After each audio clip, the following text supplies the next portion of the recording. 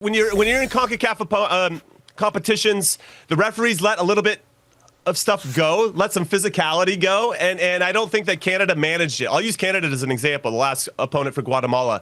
They just got highly emotional. Now, maybe that's coming from Jesse Marsch, their coach. Maybe it's from some of the players, but it just was every single play, everybody's jumping up and throwing their arms. For me, I think it's going to be really important for us to stay as emotionally steady as possible. We know that it's coming.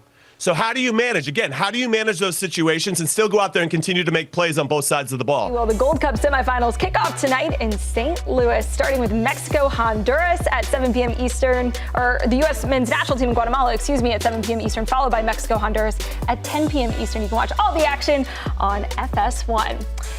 Was it a bird? Was it a plane? No, it was a drone over the USMNT training. What? Let's hear what Mauricio Pochettino had to say about that. Take a listen. About the drum, the extra drum, we were talking. If someone wants some clips, we can send. It's not a problem. We are not going to hide nothing. It's not the NASA here. It's the men's national team. No problem. Tyler Adams is loving that from Mauricio Pochettino. Jimmy Conrad joins us now. Jimbo, what did you think about that? Yeah, ultimately a great quote from Mauricio Pochettino, and great to see everybody as always. Got a handsome, very good-looking crew on Morning Footy today, so that's nice to see. Hopefully I've leveled up everything. But yeah, I agree with Mauricio Pochettino. A really nice way, fun take for him.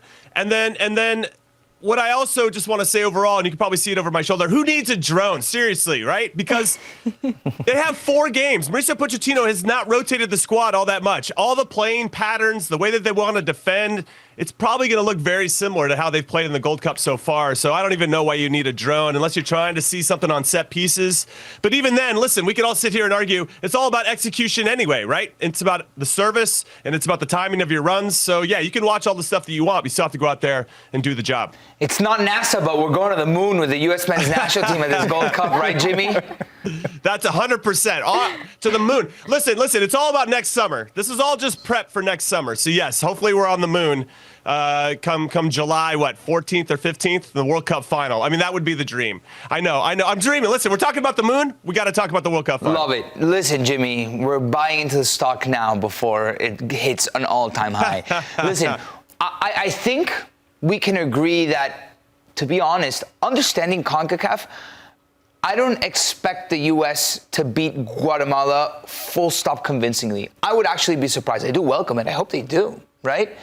But understanding that, where do you think the U.S. can level up tonight so we're actually feeling good about the U.S. in a potential final against Mexico or Honduras?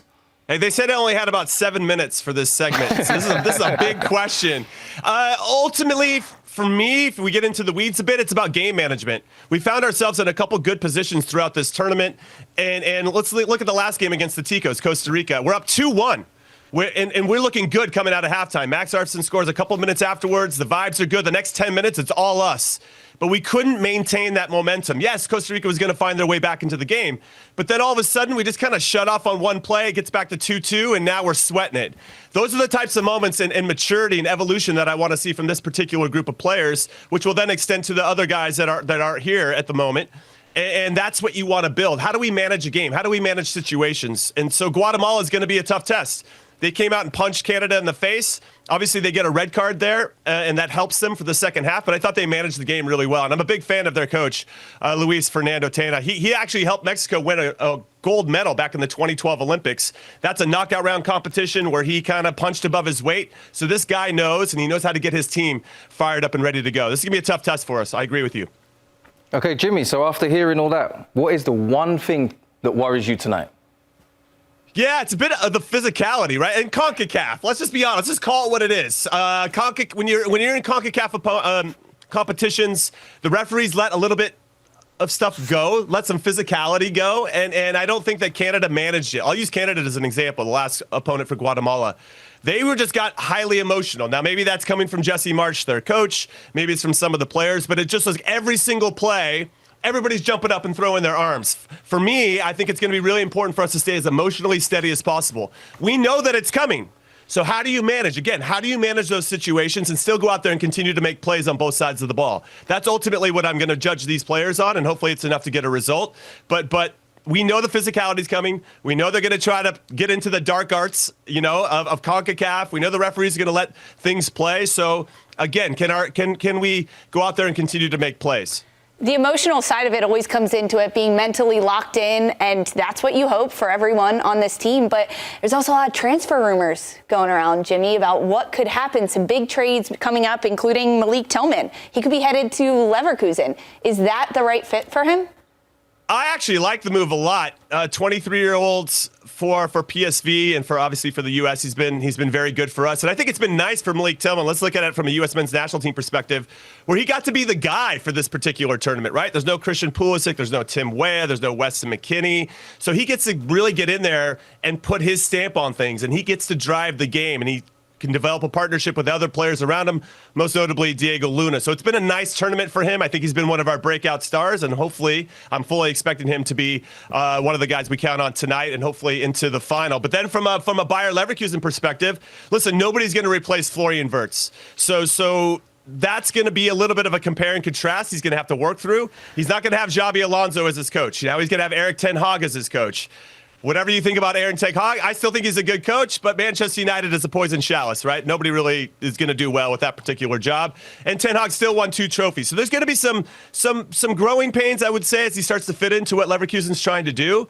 But ultimately, 16 goals and 5 assists in the Eredivisie last year, scored a couple great goals in the Champions League as well. I think he's ready to take this next step, and I think he ran his race with PSV, and I think he's now going to be a nice fit for a top team in the Bundesliga. Ding, ding, ding. Your 7 minutes are up, Jimbo. Good stuff. Thanks for having me. Come on. We always wish we could have you longer. But guess what? If you want more Jimmy Conrad tonight, you can tune in on Golazo America's YouTube channel for a live stream watch-along of the USMNT game. And that is with Call It What You Want, of course. So be sure to tune in tonight on YouTube if you just can't get enough of our guy, Jimmy Conrad, and all the other guys with our CBS Golazo America channel. Okay, Jimmy throwing some punches. I don't know if this is a dance or if he's looking to fight, but we love him either way.